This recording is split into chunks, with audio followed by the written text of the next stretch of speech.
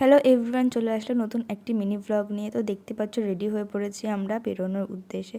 তো আজকে আমি, আমার জিজা আর আমার দিদি চলে গেলাম একটু ঘুরতে। দেখো বৃষ্টি হয়েছে, বৃষ্টি ওয়েদারে আমরা তিনজন বেরিয়ে পড়লাম। দিয়ে সোজা ওখান থেকে চলে গেলাম চাউমিনের দোকানে। তো ওখানে আমরা চাউমিনটা অর্ডার করে দিলাম। চাউমিনটা নিয়ে আমরা বাড়ি এসে সবাই মিলে একসাথে খাবো। তারপর ওখান থেকে আমরা খেয়ে এসেছিলাম মোমো। তো যেন মোমোটা অর্ডার করে দিলাম, তো আমাদের মোমোটাও সার্ভ করে দিল। আমরা খেয়ে বেরিয়ে পড়লাম বাড়ি যাওয়ার উদ্দেশ্যে। তো দেখো রাস্তাটা এতই ফাঁকা ছিল যে মানে গল্প করতে করতে কোনো সময় কেটে গেছে বুঝতেও পারিনি। তো এবার বাড়ি দিকে চলে আসলাম।